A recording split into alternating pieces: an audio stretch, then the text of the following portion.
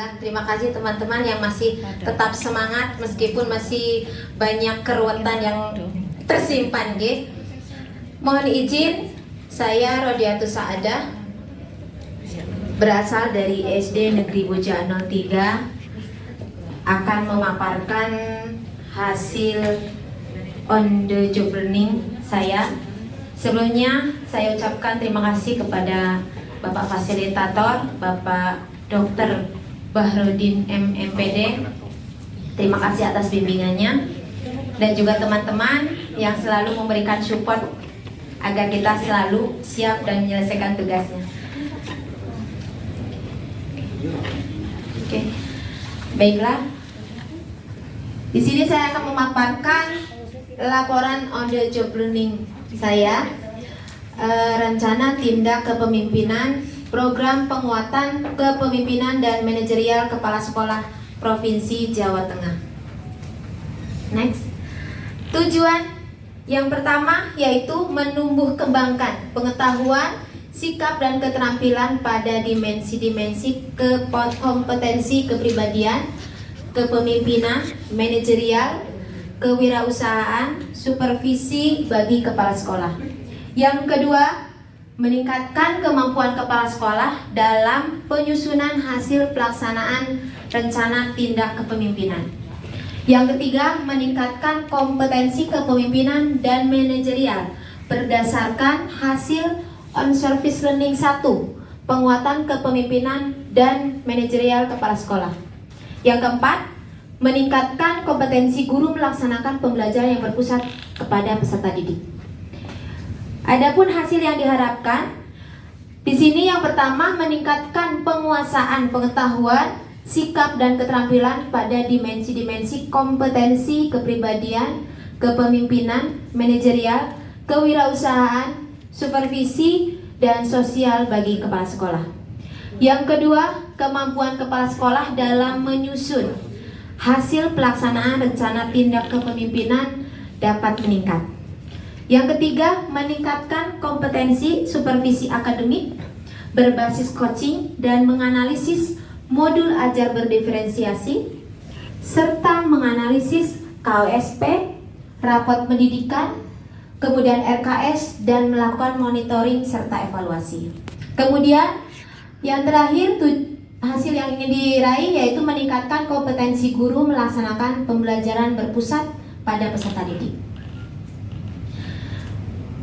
Sebelumnya ini ada profil sekolah kami SD Negeri Boja 03. Bisa dilihat dari gambarnya. Sekolah kami itu mengapit jalan ya. Jadi ini lokasinya di pegunungan. Di pegunungan ini 2 RT, alhamdulillah. Ya 2 RT. Sekolah kami berdiri tahun 1980. Dengan luas tanah 1440 meter persegi, lokasi di Jalan Citangkil, Desa Bojang, berada di pegunungan, dikelilingi oleh hutan pinus. Kemudian memiliki 9 pendidik dan tenaga kependidikan. Kemudian memiliki 117 siswa. Alhamdulillah 2 tahun terakhir ini tetap bertahan di posisi itu. Adapun visi yang ingin diraih yaitu terwujudnya generasi unggul yang berakhlak mulia, berkarakter, kreatif dan berprestasi. Untuk itu kita perlu memperhatikan rapor pendidikan. Pada tahun ini alhamdulillah SD Boja 03 itu mendapatkan bos kinerja karena dari tahun 2022 ke 2023 itu ada kenaikan yang signifikan.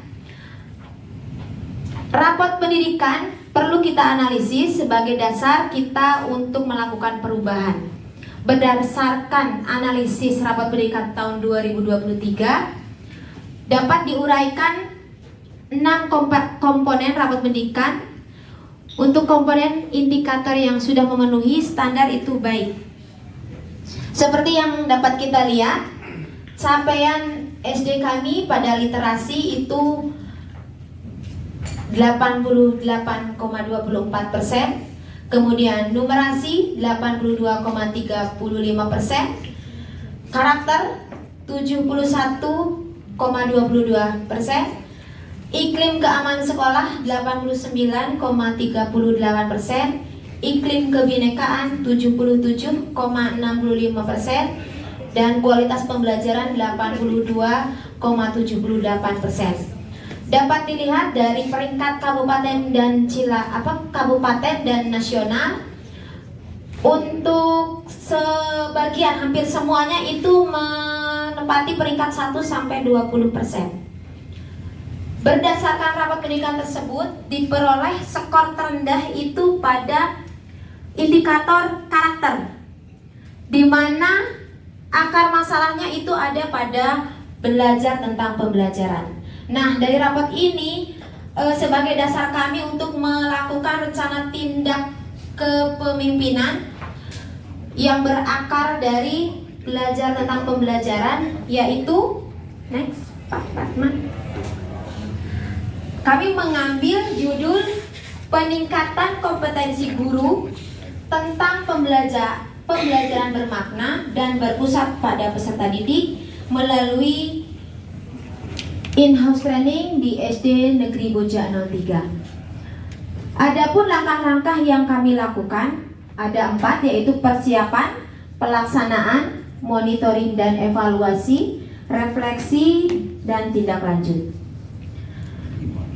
Persiapan kami awali yaitu sebelumnya lapor dulu kepada Korwil, kemudian dilanjutkan dengan sosialisasi kepada warga sekolah, sosialisasi RTL dan RTK. Kemudian setelah itu kami mengeksplor rapat pendidikan, dilanjutkan dengan menyusun atau membuat tim kerja. Setelah menyusun tim kerja, jadwal dan panduannya, kami melakukan in-house training yang dilaksanakan selama 2 hari, di mana ada 3 materi yang kami sampaikan. Yang pertama itu adalah asesmen awal atau diagnostik, yang kedua pembelajaran diferensiasi, yang ketiga modul ajar. Dan penyampaiannya pun tidak kami lakukan sendiri, kami berkolaborasi dengan pengawas Dabin, kemudian 1 guru penggerak yang ada di SD kami. Selanjutnya, kegiatan RTK ini meliputi supervisi akademik berbasis coaching. Supervisi akademik itu penting kita lakukan, terutama bagi kepala sekolah, agar kita pun bisa menentukan, karena supervisi akademik ini fungsinya untuk meningkatkan kualitas pembelajaran di sekolah kita.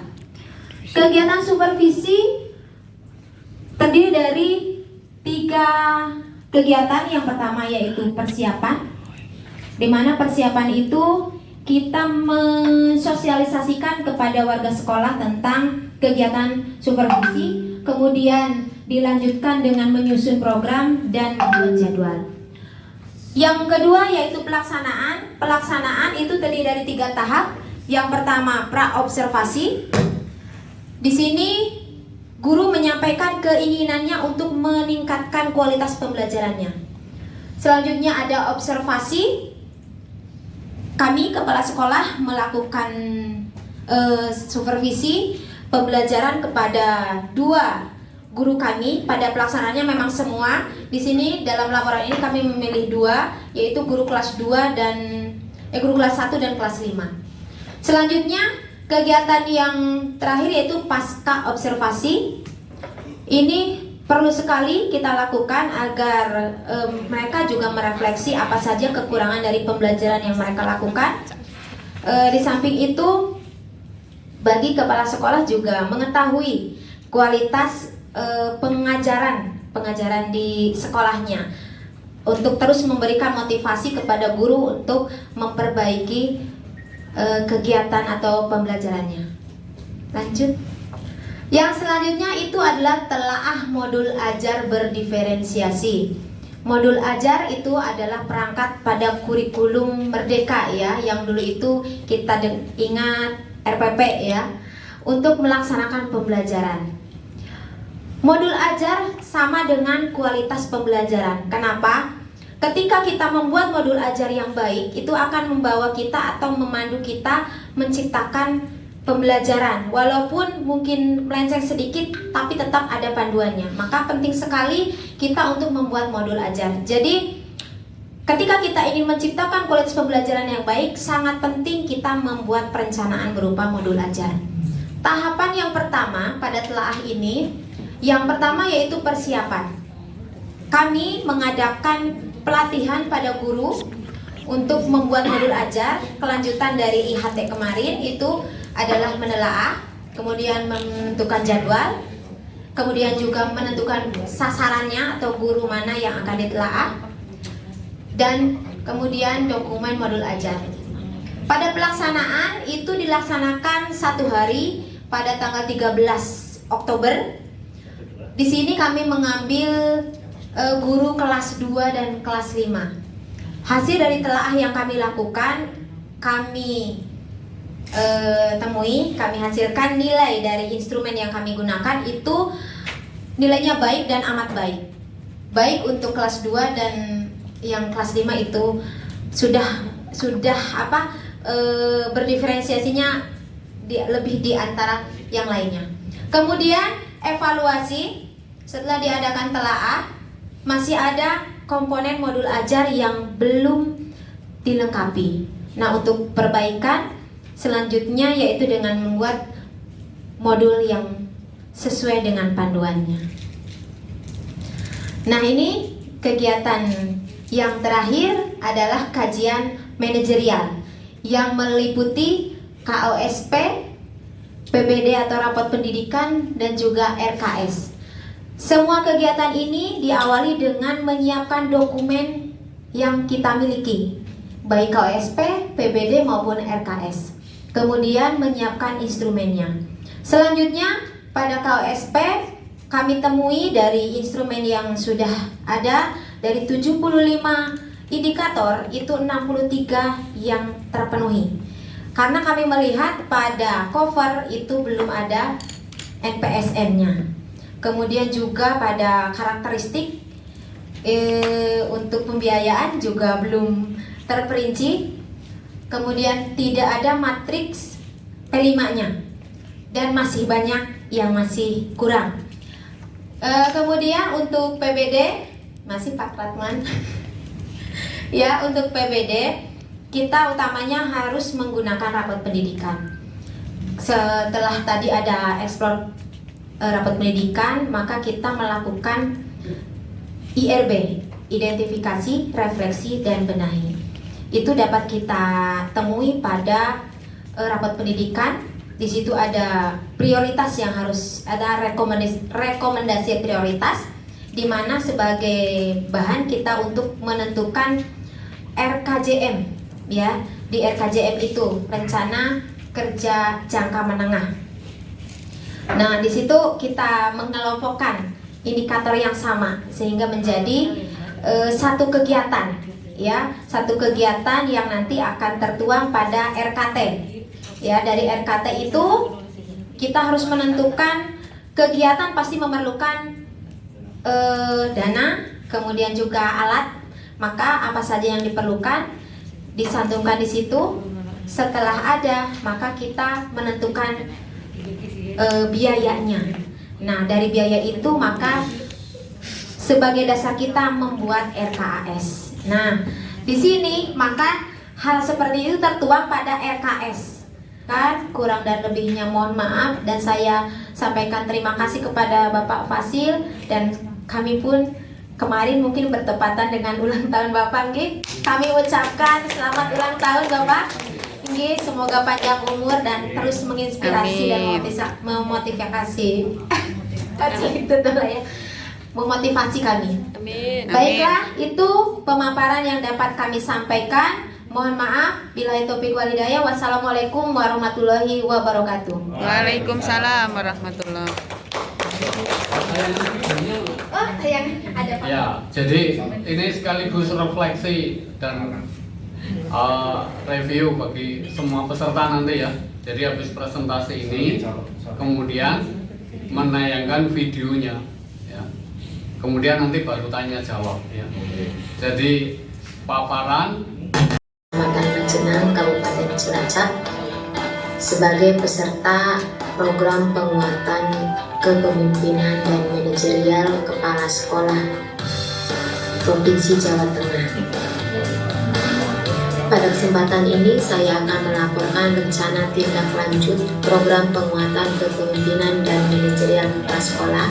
Di antaranya, 1. Rencana tindak kepemimpinan, 2. Supervisi akademik berbasis coaching, 3. Telah modul ajar, yang keempat, kajian manajerial.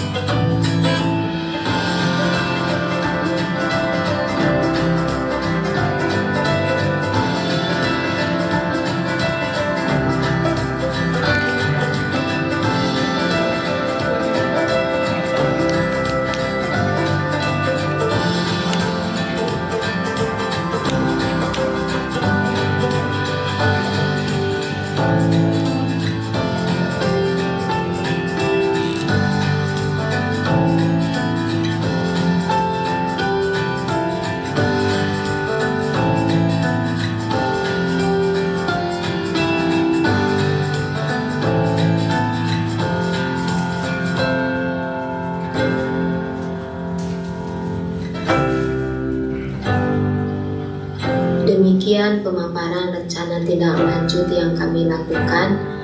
Terima kasih. Wassalamualaikum warahmatullahi wabarakatuh. Baik, Berkaitan dengan pembelajaran, jadi dari PMM itu kan inspirasinya untuk membenahi pembelajaran nih Pak. Jadi Iya. ngambil pembelajaran yang bermakna dan berpusat pada peserta didik. workshopnya melalui narasumber atau dari kepala sekolah saja? Saya mengambil tadi 3, jadi Oh, iya. ada dari pengawas, Iya. kemudian dari guru penggerak sekolah yang ada. Oke. Kemudian tadi RPK, kemudian modul ajarnya sudah berdiferensiasi. Sudah Modul ajar berdiferensiasinya sudah disertakan di dalam laporan. laporan tadi, kemudian instrumennya juga sudah di. Sudah. Nah, kemudian KUSP-nya apa saja yang lemah? Itu yang pertama tadi NPSN, Ya. kemudian matriks P5 belum ada, Ya. kemudian apa itu karakteristik pada pembiayaan, kemudian budaya apa ada budaya Saya tanya di KUSP itu ada karakteristik peserta didik, itu dituangkan nggak hasil rapor pendidikan 2023? belum Bapak. Oh belum, jadi karakteristik peserta didik atau karakteristik satuan pendidikan ya mestinya harus dituangkan dalam KUSP ya. Kemampuan numerasinya berapa, kemampuan literasinya berapa, sehingga tahun 2023-2024 itu menjadi fokus peningkatan ya. Karakteristik satuan pendidikan bagaimana iklim keamanan sekolahnya, iklim kebinekaan ya. Belum dituangkan gitu ya. Hanya karena di daerah pegunungan gitu saja Pak. Oh ya, visinya apa visinya? Visinya terwujudnya lulusan Ya. jadi yang berkarakter, Oh. berakhlak mulia, kemudian kreatif dan berprestasi. Oh iya. Oke. Kepala sekolah harus menguasai betul visinya. Sebelum mengikuti pelatihan ini visinya sudah sesuai dengan yang diucapkan atau belum? Kemarin awalnya itu mewujudkan. Mewujudkan Ya, apa? mewujudkan sama, cuma saya masih mengganti, masih sama mengganti terwujud gitu Pak. Oh iya. Terwujudnya lulusan yang Lulusan. ya berakhlak. Sebelumnya ada lulusan apa hanya mewujudkan Generasi, sekolah? Bapak. Oh generasi. Generasi. Oke. Generasi. Oke. Terima kasih, kita beri plus Ibu Cici. Nah ini sekaligus bagi peserta lain ya. Jadi yang pertama 15 menit presentasi. Setelah presentasi menayangkan videonya 5 menit. Kemudian tanya jawab 5 menit. Jelas ya alurnya ya? Iya. Oke, terima kasih. Silakan duduk kembali. Silakan boleh pulang. Silakan.